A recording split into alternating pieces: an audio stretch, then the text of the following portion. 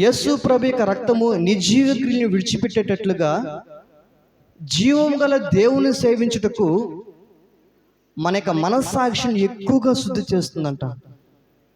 ఈ దినమున దేవుని వాక్యం మన జీవితాల్లో గడిచినటువంటి దినాలన్నిటిలో మన యొక్క మనస్సాక్షి ద్వారా, మన యొక్క హృదయము ద్వారా, మన యొక్క చూపుల ద్వారా, మాటల ద్వారా, తలంపుల ద్వారా, ఆలోచనల ద్వారా, ప్రవర్తన ద్వారా, మన క్రియల ద్వారా నీ మనస్సాక్షిని ఏ విధంగా నొచ్చుకొనొచ్చు, ఏదైతే నువ్వు చేయకూడదో దాని వైపు చేస్తూ నీ మనస్సాక్షి నీ పైన నేరారోపణ చేస్తున్నదేమో.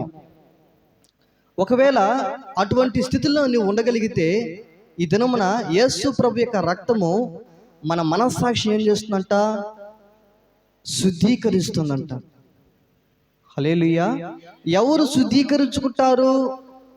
ఎవరు ఆయన మనస్సాక్షి ఎవరు శుద్ధీకరించుకుంటారు అంటే చూడండి, ఎవరు ఆయన యందు విశ్వాసం చూతారో, ఏ విధంగా మనం శుద్ధీకరించబడతాం, ఎవరు శుద్ధీకరించబడతారో, ఎవరు శుద్ధీకరించబడడానికి ఇష్టపడతారో మన లేఖనాల్లో చూస్తే చూడండి, యోహాను మొదటి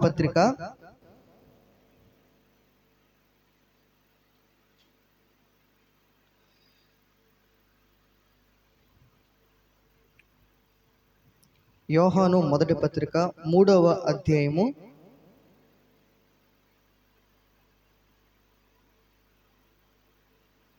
3 నుంచి చదువుకుందాం.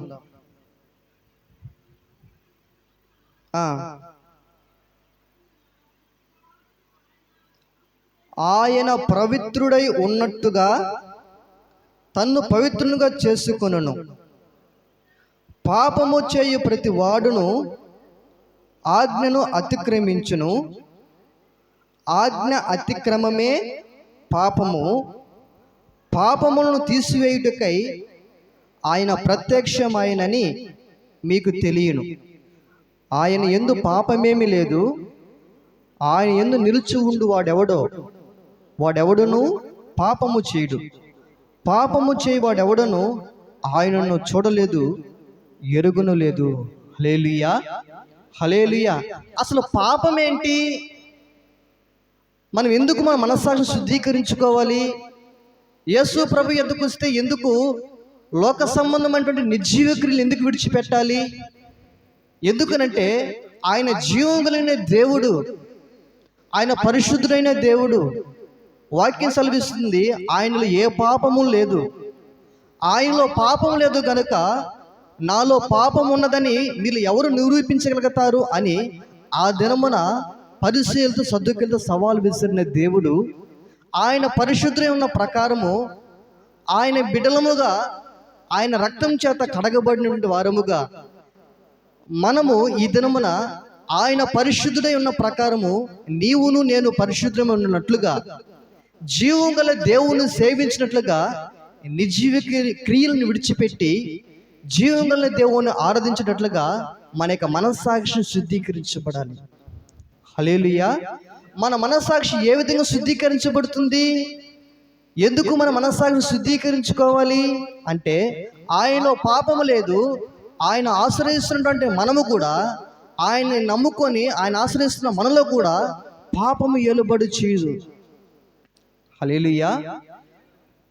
నాకు పుట్టిన పిల్లలు వారికి ఎవరు పోలికలు వస్తాయి అంటే, వస్తే నా పోలికలు రావాలి, లేకపోతే వారి యొక్క తల్లి యొక్క పోలికలు రావాలి, లేకపోతే కుటుంబీకుల్లో ఎవరో ఒక పోలికలు రావాలి.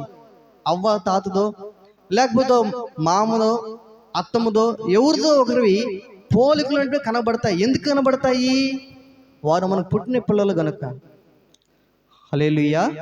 ఈ దినమున దేవుని మాట్లాడిన మన జీవితాల్లో మనము కూడా ఆయనను నమ్ముకొని ఆయన ఆశ్రయిస్తున్నాము అంటే, మనము ఆయన యందు నిలిచి ఉండాలి అనంటే, ఆయనలో మనము ఫలించాలి అనంటే, ఆయనలో మనం ఎదగాలి అనంటే, మనలో ఏది ఏలుబడి చేయదు అనంటే పాపము ఏలుబడి చేయదు.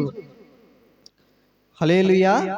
ఎందుకంటే ఆయన పోలికలోనికి మార్చబడడానికి మన హృదయమందు విశ్వాసం ఉంచాము, నోటితో ఆయన ప్రభువుని ఒప్పుకున్నాం గనుకనే విశ్వాసంతో రక్షించబడ్డాం. రక్షించబడిన మన జీవితాల్లో జీవం గల దేవుణ్ణి సేవిస్తున్న మన జీవితాల్లో నిర్జీవ క్రియలను విడిచిపెట్టి యేసు రక్తము చేత మన మనస్సాక్షి ఎంతో శుద్ధీకరించుకోవాల్సిన వారమై ఉన్నాం. హల్లెలూయా. ఎందుకు శుద్ధీకరించుకోవాల్సిన వారమై ఉన్నామంటే, మనము ఆయన యందు నిలిచి ఉన్నాము అనంటే ఆయనలో పాపం లేదు గనుక ఆయనలో నిలిచి ఉన్న మనలో కూడా ఏమి నివసించదు అనంటే పాపము నివసించదు. హల్లెలూయా. అసలు పాపం అంటే ఏంటి? వాక్యం ఏం సెలవిస్తుంది? చదవండి. అక్కడ 3వ అధ్యాయము 4వ వచనంలో రాయబడి ఉంటుంది. పాపము చేయవాడు ప్రతి వాడును ఆజ్ఞను అతిక్రమించును, ఆజ్ఞ అతిక్రమమే పాపము. హల్లెలూయా. చూడండి, పాపం అంటే ఏమిటి అనంటే ఆజ్ఞను అతిక్రమించడమే పాపం. అక్కడ రాయబడిన మాట స్పష్టంగా, పాపము చేయవాడు ప్రతి వాడును ఆజ్ఞను అతిక్రమించుచున్నాడు, ఆజ్ఞ అతిక్రమమే పాపము.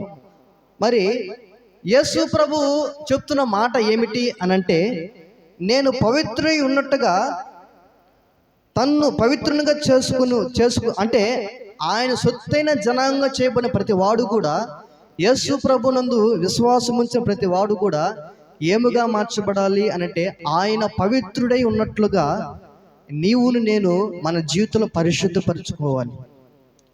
హల్లెలూయా.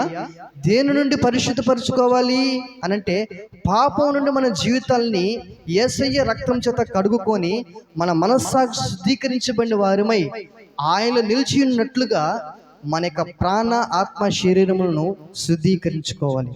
ఆయన ఎందుకు వచ్చాడు అనంటే, మనలో పాపం ఉన్నది వాస్తవమే, మనలో అతిక్రమం ఉన్నది వాస్తవమే, మనము పాపానికి అమ్మబడిపోయి ఉన్నది వాస్తవమే. అయితే ఆయన ఎందుకు వచ్చాడయ్యా? మరి మన పాపం ఎలా తీయబడతాయి, ఎలా శుద్ధీకరించబడతాయి అనంటే పై వచనం రాయబడింది 5వ వచనంలో. ఆయన ఎందుకు వచ్చాడంట? ఆయన ఎందుకు ప్రత్యక్షమైన రాయబడింది? పాపములను తీసివేయుటకై ఆయన ప్రత్యక్షమాయనని మీకు తెలియను, ఆయన యందు పాపమేమీ లేదు, ఆయన యందు నిలిచి ఉండి వాడెవడును పాపము చేయడు, పాపము చేయవాడెవడును ఆయనను చూడలేదు, ఎరుగును లేదు. హల్లెలూయా. హల్లెలూయా. యేసు ప్రభువుని ఎరగకుండా, యేసు ప్రభు నిజమైన దేవుడని, ఆయన జీవం గల దేవుడని, సర్వలోక మానవుల యొక్క పాప పరిహార్థ నిమిత్తమై వారి పాపం నుండి వారు విమోచించడం నిమిత్తమై ఆయన ఈ భూమి మీదకి జన్మించి నరునిగా జీవించి ఆయన రక్తం కార్చి చనిపోయి తిరిగి 3వ దినాన సజీవుడు లేచాడు అని ఎవరికైతే తెలియదో ఆ వ్యక్తి ఒకవేళ పాపం చేస్తున్నాడంటే దానికి ఒక అర్థం ఉంది. ఎందుకనంటే యేసు ప్రభు గురించి తెలియదు, యేసు ప్రభు ఎందుకు ఈ లోకానికి వచ్చాడో తెలియదు, యేసు ప్రభు ఎందుకు ఈ రక్తాన్ని కాచాడో తెలియదు, ఎందుకు సజీవుడు తిరిగి 3వ దినాన లేచాడో తెలియదు. కనుక ఒకవేళ యేసు ప్రభు ఎరగని వ్యక్తి పాపం చేశాడంటే దానికి అర్థం ఉంది. ఎందుకనంటే ఆయనను వారు ఎరగలేదు కనుక. అయితే యేసు ప్రభు ఎరిగిన మన జీవితాల్లో అక్కడ రాయబడిన మాట చూడండి, ఆయన యందు పాపమేమీ లేదు, ఆయన యందు నిలిచియుండి వాడెవడును ఏం చేయడంట? పాపము చేయుడు. పాపం అంటే ఏంటి? ఇప్పుడు ఆజ్ఞ అతిక్రమమే పాపం. నీకు దేవుని యొక్క వాక్యం తెలియజేయబడినప్పుడు నువ్వు ఎలా జీవించాలి, నువ్వు ఎలా బ్రతకాలి, దేని కొరకు బ్రతకాలి, ఎలా జీవించాలని వాక్యం నీకు తెలియపరిచిన తర్వాత, నీకు తెలియపరిచిన వాక్యానుసారం నువ్వు బ్రతకపోతే దానిని ఏమంటారు? పాపము అంటారు. హల్లెలూయా. వాక్యానుసారం మనం ఆలోచన చేస్తే, ఆత్మ సంబంధం మనం ఆలోచన చేస్తే, దేవుని యొక్క వాక్యం నీకు ఏదైతే సెలవిస్తుందో, ఎలా బ్రతకమని నీకు తెలియపరుస్తుందో అలా బ్రతకకపోవడమే నీ జీవితానికి ఆయనకు అప్పగించుకోకపోవడమే. ఆయన నిలిచి ఉండలేకపోవడానికి గల కారణం ఏంటి అనంటే నీలో పాపము నివసించుచున్నది. నీలో పాపము నివసిస్తే నువ్వేం చేయలేవు అనంటే ఆయనలో నువ్వు నిలిచి ఉండలేవు. ఇప్పుడు నీవు ఆయనలో నిలిచి ఉండాలన్నా, ఆయనలో నువ్వు బ్రతికి ఉండాలన్నా, జీవం గల దేవుని సేవించాలన్నా మనల్ని ఇప్పుడు ఏముండకూడదు అనంటే పాపము మన జీవితంలో ఎల్లుబడి చేయకూడదు. హల్లెలూయా. హల్లెలూయా. ఒకవేళ ఆయనను ఎరిగి ఉండి కూడా, ఆయన ఎందుకోసం ప్రత్యక్షపరచబడ్డాడో అని ఎరిగి ఉండి కూడా నీవు ఇంకా పాపంలోనే కొనసాగుతున్నావంటే, మాట్లాడకుండా మాటలు ఇంకా నువ్వు మాట్లాడుతున్నావు అనంటే, చూడకున్న వాటిని ఇంకా నువ్వు చూస్తూనే ఉన్నావు అనంటే, చేయకున్న పనులు నువ్వు చేస్తూనే ఉన్నావు అనంటే, నీవు ఆయన్ని ఇంకా ఎరగలేదు. ఎరగకనే ఇంకా నీ యొక్క జీవితం ద్వారా ఆయనను సిలువ వేస్తూనే ఉన్నావు. నీ కొరకు ఆయన ఒక్కసారి సిలువ వేయబడితే నీ జీవితం ద్వారా ఆయన ముమ్మారును సిలువ వేస్తున్నావు నీ క్రియల ద్వారా. ఏ క్రియలు? నిర్జీవ క్రియలు. అయితే దేవుని యొక్క వాక్యం సెలవిస్తుంది, నిర్జీవ క్రియలను మనం విడిచిపెట్టి జీవం గల దేవుని సేవించుటకు యేసయ్య రక్తము మనం ఏం చేస్తుందంటే మన యొక్క మనస్సాక్షిని ఎంతో శుద్ధీకరిస్తుందంట. అయితే దినం నీ మాట్లాడిన నీ జీవితంలో పాపము నీ జీవితంలో ఏలుబడి చేస్తున్నదంటే, నీ జీవితంలో నీ మనస్సాక్షి నీ పైన ఏ విషయంలో నేరారోపణ చేస్తుందో ఆ విషయంలో నువ్వు ఆయనతో సమ్మతించబడినట్లుగా వాక్యం ఏం సెలవిస్తుంది తెలుసా? 20వ వచనం చదువుకుందాం. 3వ అధ్యాయము 20వ వచనం.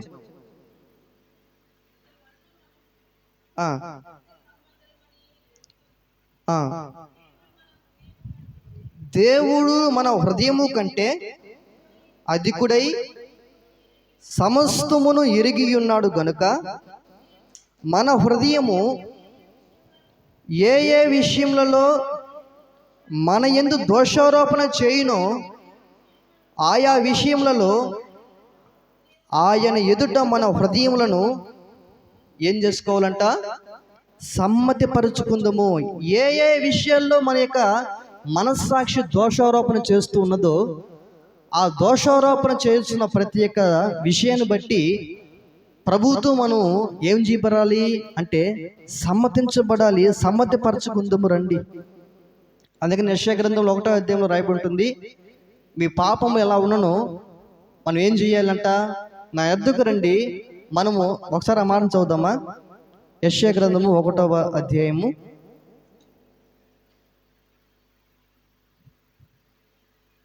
18వ వచనం.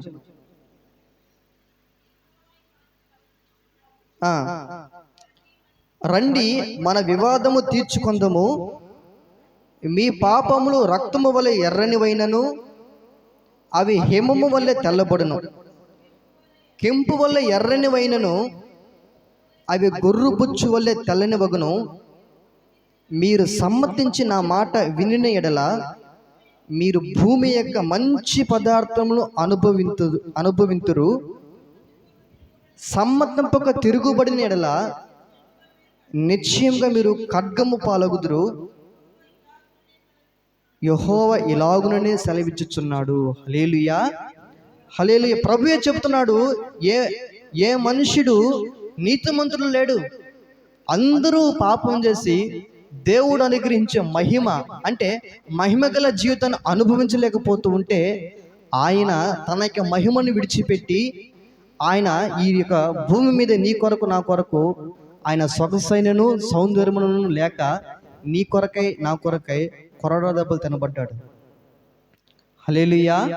ఒక పొలము నాగలి చేత ఎలాగైతే దున్నబడుతుందో నీ పాపముల నిమిత్తమై నా పాపముల నిమిత్తమై మన పాపముల నిమిత్తమై సర్వలోక మానవలేక పాప పరిహార్థ నిమిత్తమై ఆయన వీపు ఆ విధంగా దున్నబడింది. దేని చేత అంటే కొరడా దెబ్బల చేత. ఆయనలో ఒక రూపం లేదు, సొగసైనను లేదు. నిన్ను బట్టి నన్ను బట్టి ఆయన ఏం కోల్పోయాడో తెలుసా? మొదటగా దేవునిగా ఉండేటువంటి గొప్ప భాగ్యాన్ని నీ కొరకై నా కొరకై ఆయన మహిమను విడిచిపెట్టేట్లుగా చేశాడు నీ కొరకు. ప్రభు నిన్ను ఎంతగా ప్రేమిస్తున్నాడు. లోకమును దేవుడు ఎంతో ఎంతో ప్రేమించును, కానీ లోకము ఆయన ఎరగకుండాను అని రాయబడి ఉంది. హల్లెలూయా. దేవుడు నీ ఎడల ఎంత ప్రేమను కనపరుస్తున్నాడు తెలుసా? నీ కొరకు ప్రాణం ఇచ్చేంతగా నీ ఎడల ఆయన ప్రేమను కనపరుస్తుంటే ఆయన ప్రేమ నీకు అర్థం కావట్లేదు అనంటే నీ ఒక లోక సంబంధం గుర్తించుకోవాలి. హల్లెలూయా. ఆయనని ఎవరు ఎరుగుతారయ్యా అంటే ఆయనని ఎవరైతే ఆయన ఎద్దకు వస్తారో, ఆయనలో ఏ పాపం లేదని ఎవరైతే గ్రహిస్తారో, ఆయన పవిత్రుడు ఉన్నట్లుగా నేను కూడా పవిత్రపరచుకున్నట్లుగా ఆయన పరిశుద్ధుల ప్రకారం మీరును పరిశుద్ధులుమని వాక్యం సెలవిస్తున్న రీతిగా నీవును నేను పరిశుద్ధపరచబడే వారిని ఆయన సంతతిగా మార్చబడదుము. ఒకవేళ దేవుని మందిరానికి వచ్చినను మన యొక్క హృదయం ఆయనకు అర్పించకుండా, ఆయనకు లోబడకుండా, ఆయన యొక్క మాటకి సమ్మతించకుండా మనం వెనుదిరిగినప్పుడు మన జీవితము ఏముగా మార్చబడుతుందంటే ఖడ్గము పాలైపోతుందని వాక్యం సెలవిస్తుంది. హల్లెలూయా అంటున్నాడు. అందుకనే నా యొద్దకు వచ్చేవాని నేను ఎంత మాత్రం నేను త్రోసివేయను. ఆరోగ్యం గలవానికి వైద్యుడు అక్కర్లేడు, కానీ రోగంగా ఉన్న వానికే ఎవరు అవసరము? వైద్యుడు అవసరం. వైద్యుని యొద్దకు ఎందుకు వెళ్తాము అని అంటే మన అనారోగ్య పరిస్థితిని బట్టి వైద్యుని సంప్రదిస్తాం ఆరోగ్యం కొరకు. అలాగనే మన యొక్క పాపం నుండి విమోచబడు నిమిత్తమై మన ప్రభు యొద్దకు వెళ్ళగలిగితే, అందుకని అంటున్నాడు రండి మనకి వివాదము తీర్చుకుందాము, అవి ఎలాంటి పాపములైనా సరే అని ఏమంటున్నాడు? చదవండి ఆ మాటని, త్వరగా చదవండి. రండి మన వివాదం తీర్చుకుందాము, మీ పాపములు రక్తము వలె ఎర్రని వైనను అవి ఎలాగ మార్చబడతాయంట? హిమము వలె తెల్లబరచబడతాయి, తెల్లగా మార్చబడతాయి. కెంపు వలె ఎర్రని వైనను అవి గుర్రు బొచ్చు వలె తెల్లని వగును. మీరు ఒకవేళ సమ్మతించి నా మాట వినిన ఎడల మీరు భూమి యొక్క మంచి పదార్థములు అనుభవింతురు. సమ్మతింపక తిరుగుబడిన ఎడల నిశ్చయముగా మీరు ఖడ్గము పాలగుదురు. హల్లెలూయా. దేవుని యొక్క వాక్యము ఆయన మాటకు లోబడేటట్లుగా మనం చేస్తే, ఆయన మాటకు మనం లోబడితే మనల్ని ఆయన ఎలాగో దీవిస్తాడో తెలుసా? భూమి యొక్క మంచి పదార్థములు అనుభవించేటట్లుగా దేవుడు నిన్ను నన్ను దీవిస్తాడు. అయితే ఆయన మాటకు వెనుదిరిగితే ఏముగా మార్చబడుతుంది అంటే, ఆయన నాశనం చేయడు, ఆయన మరి మనకు ఏం చేయడు, కానీ మనకు మనమే ఆయనకు వెనుదిరిగినందు వలన మనకు మనమే శిక్షావిధిని కలుగు చేసుకునిచున్నాము. శిక్షావిధిని కలుగు చేసుకొని ఇప్పుడు ఏముగా మార్చబడుతున్నామంటే ఖడ్గము పాలైపోతున్నాము. హల్లెలూయా. అపవాది దేవుని యొక్క మాటకి మనం లోబడకుండా ఉండేటట్లుగా చేసి, దేవుని యొద్ద నుండి రావాల్సినటువంటి రక్షణ, దేవుని యొద్ద నుండి రావాల్సినటువంటి క్షేమము, దేవుని యొద్ద నుండి రావాల్సినటువంటి కృప మనము దేవుని మాటకు లోబడకుండా చేసి దేవుని యొద్ద నుండి ఉగ్రతను తీసుకొచ్చేది అపవాది యొక్క తలంపుల ఆలోచనలు. అయితే దినమున దేవుని మాటకు నువ్వు లోబడితే, ఆయన యందు నువ్వు నిలిచి ఉంటే నీలో పాపం వెలుబడి చేయడు. ఒకవేళ నీవు ఆయనలో ఆయన ఎరిగి ఉండి కూడా ఆయన నువ్వు నిలిచి ఉండకపోతే నీలో పాపము వెలుబడి చేస్తుంది. ఈ దినమున నీ మనస్సాక్షి శుద్ధీకరించబడాలని, యేసు రక్తాన్ని సంప్రదించాలని, సమ్మతించి ఆయన యొద్దకు రావాలని, అవి ఎటువంటి పాపములైనా సరే అవి శుద్ధీకరించబడతాయని, అవి తెల్లగా మార్చబడతాయని, హిమం వల్లే తెల్లగా చేస్తారని, గొర్రెబొచ్చు వల్లే తెల్లగా చేస్తారని ప్రభువు నీతో మాట్లాడుతున్నాడు. అయితే నీ మనస్సాక్షి శుద్ధీకరించుకోవడానికి ఆయన ఎద్దకు వెళ్తున్నావా? ఒకవేళ నువ్వు అనుకుంటున్నావేమో నాలో ఏ పాపం ఉందయ్యా, నాలో ఏ పాపం లేదే అని నీవు అనుకోవచ్చు. దేవుడు మన హృదయము కంటే అధికుడు. చూడండి ఆ మాట రాయబడిన 9వ అధ్యాయము 19వ వచనమా, ఎబ్రిల్ రాసిన పత్రిక 9:19, 9:14 లేదా యోహాను మొదటి పత్రిక ఇంతకుముందు చదివించిన మాట.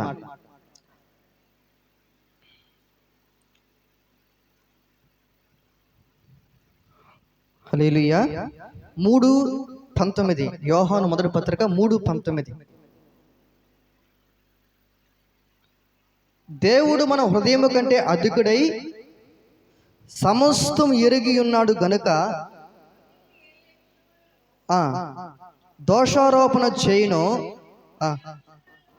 ఆయా విషయములలో ఆయన ఎదుట మన హృదయమును సమ్మతిపరుచుకుందాము. హల్లెలూయా.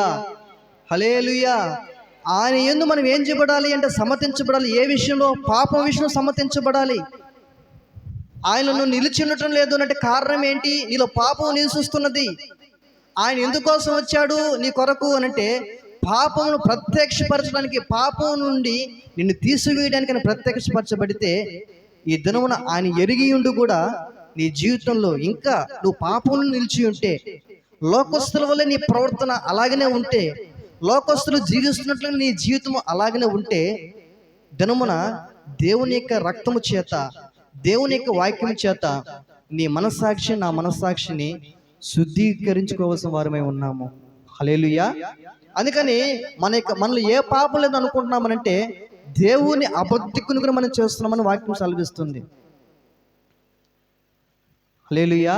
అందుకని ఇర్మీయా గ్రంథంలో రాయబడి ఉంటుంది, హృదయము అన్నిటికంటే ఏందంట మోసకరమైనది, దాన్ని గ్రహించగలిగిన వాడు ఎవడున్నాడు?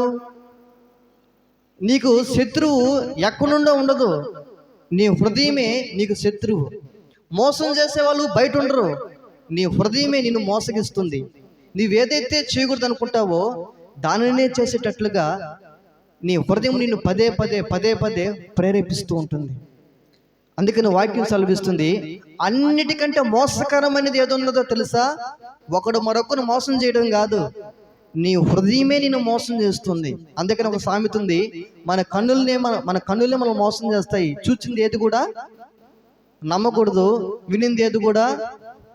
ఎందుకని అంటే మన కన్నులు మనల్ని మోసం చేస్తాయి. చూడండి, మీకు ఉదాహరణగా ఉదయకాలం లేచి ఆకాశం చూడండి, ఎదురుగా ఆకాశం చూస్తే అదేం చెప్పబడి ఉంటుంది? వాలిపోయి ఉంటుంది. ఏమిగా ఉంటుంది? ఇక్కడ నుంచి చూస్తే అది అలాగనే పడిపోయినట్టుగా వాలిపోయినట్టుగా ఉంటుంది. కానీ ఆకాశం పడిపోయి ఉంటుందా? నీకు కనబడుతున్నది నీకు అలాగనే కనబడుచున్నొచ్చామో, కానీ అది ఎప్పటికలా పడిపోతుంది. కానీ ఇప్పుడు నీ కన్నులు నేనేం చేస్తున్నట్టు? మోసం చేస్తున్నట్టు. అలాగనే హృదయము కూడా నాలో ఏ పాపము లేదు నువ్వు అనుకుంటున్నావంటే దేవుని అబద్ధికునిగా చేస్తున్నాం. ఏ మనుషుడు నీతిమంతుడు కాదు, అందరము పాపం చేసిన వారమే. అయితే ఆ పాపంలో ఆ జీవితంలో ఉంటుంటే మన బ్రతుకుల్ని ప్రభు యొక్క ప్రేమ, దేవుని యొక్క కృప నిన్ను నన్ను వెతికి ఆయన యొక్క బలవంతమైనటువంటి ప్రేమ చేత ఈ దినమున సంఘమైన యేసు రక్తం చేత కడగబడిన వధువు సంఘములోనికి నీవు నేను చేర్చబడ్డాం, నడిపించబడ్డాం.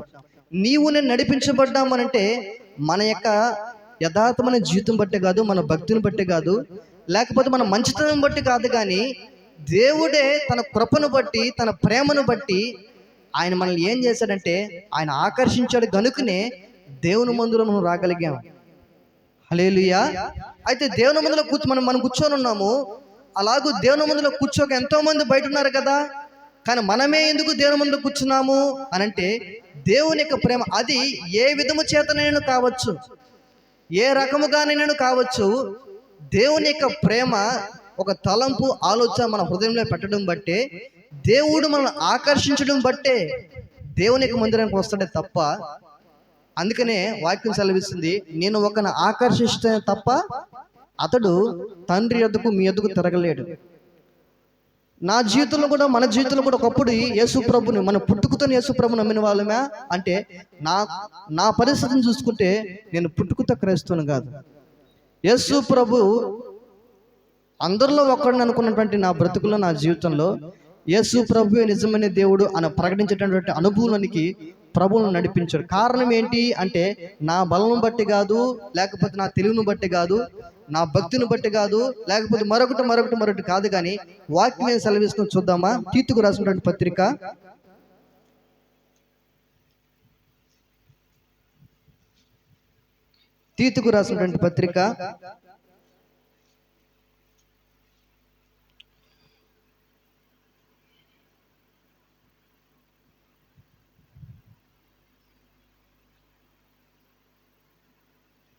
3వ అధ్యాయము 5వ వచనం చదువుకుందామా?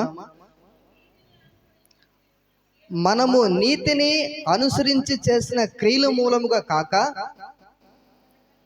తన కనికరము చొప్పుననే పునర్జన్మ సంబంధమైన స్నానము ద్వారాను పరిశుద్ధాత్మ మనకు నూతన స్వభావము కలుగు చేయటం ద్వారాను మనల్ని రక్షించును. ఆయన ఎలా రక్షించాడు? మనల్ని ఎలా విశ్వాసం వచ్చింది అని అంటే మనము నీతిని అనుసరించి చేసిన క్రియల మూలంగా కాక. హల్లెలూయా. దేని మూలంగా కాక? మనమేదో నీతిమంతులమనో, లేకపోతే యథార్థవంతులమనో, లేకపోతే భయము భక్తి కలిగిన వారు మనో, మన మంచితనం బట్టో, మన నీతిని బట్టో మనము ఈ రక్షణ అనుభవంలో నడిపించబడలేదు. కానీ యేసు ప్రభు యొక్క మర్మము మనకు బయలుపరచబడినప్పుడు దాన్ని విశ్వసించినందువలన దాన్ని కోరుకున్నందువలన ఇప్పుడు ఆ విశ్వాసం మనల్ని ఏం చేసింది అని అంటే, చూడండి, మనము నీతిని అనుసరించి చేసిన క్రియల మూలముగా కాక తన కనికరము చొప్పుననే పునర్జన్మ సంబంధమైన స్నానము ద్వారాను పరిశుద్ధాత్మ మనకు నూతన స్వభావము కలుగు చేయటం ద్వారాను ఏం చేశాడంట? మనల్ని రక్షించెను. హల్లెలూయా. ఈ దినమున నీవు నేను రక్షించబడ్డామని అంటే కారణం ఏంటి అని అంటే, ఆయన ప్రేమ నిన్ను నన్ను ఆకర్షించింది. ఆమేన్. హల్లెలూయా. ఆయన కృప నిన్ను నన్ను వెతికింది. ఆయన కృప వెతికింది కనుకనే, ఆయన ప్రేమ ఆకర్షించింది కనుకనే ఈ దినమున లోకం నుంచి ప్రత్యేకించబడిన వారమై దేవుని యొక్క మందిరంలో, యేసయ్య మందిరంలో నీవు నేను చేర్చబడ్డాం. దేని ద్వారా అనంటే, పునర్జన్మ సంబంధమైనటువంటి బాప్తిస్మటువంటి నీళ్ళ ద్వారా, పరిశుద్ధాత్మ ద్వారా ఈ దినమున నీవు నేను ఏం చేయబడ్డాము అంటే రక్షించబడ్డాం. అందుకనే నికోదేముతో ప్రభువు అంటాడు, ఒకడు నీటి ద్వారాను, దేని ద్వారాను ఇందమ్మా, దేని ద్వారా చెప్పాడు? 2 విషయాలు చెప్పాడు. ఏ మాటలు? నికోదేముతో యేసు ప్రభు ఒక నూతనంగా జన్మిస్తేనే తప్ప అతను పరలోక రాజ్యంలోకి ప్రవేశించలేడు అని దేని ద్వారా అని చెప్పి, దేని ద్వారా ఒకడు జన్మించాలని చెప్పాడు? నీటి ద్వారాను, ఆత్మ ద్వారాను. హల్లెలూయా, హల్లెలూయా. పునర్జన్మ అంటే మనిషి పుట్టుక ఒకటే, తిరిగి జన్మిస్తామని కాదు. అక్కడ పునర్జన్మ సంబంధమైనటువంటి నీటి ద్వారా అన్న మాట ఏమిటి అని అంటే, మనం ఎప్పుడైతే యేసు ప్రభువుని ఎరిగిన తర్వాత బాప్తిస్మము ద్వారా, అంటే యేసు ప్రభువును విశ్వాసం ఇచ్చిన వాడు నూతన సృష్టి, పాతవి గతించును, ఇదిగో సమస్తము క్రొత్తవాయెను. హల్లెలూయా. యేసు ప్రభువుని ఎరిగిన నాటి నుండి యేసు ప్రభు వాక్యం మనందరం పాపంలో పుట్టి పాపంలో పెరిగి పాపంలో జీవిస్తున్న వారిని అయితే అటువంటి జీవితాన్ని మనల్ని ప్రభు ప్రేమించి వాక్యం ద్వారా శుద్ధీకరిస్తూ ఏది కోరుకోవాలో, ఏది అనుసరించాలో, ఎలా బ్రతకాలో, ఎలా జీవించాలో తెలియపరిచేదే దేవుని యొక్క వాక్యం. ఆమేన్. హల్లెలూయా. ఆ వాక్యము ఇతరునితో మాట్లాడుతున్నటువంటి మాట ఏమిటో తెలుసా? నీవు ఆయన నిలిచి ఉన్నావు అనంటే నీలో పాపం ఏలు చేయబడదు.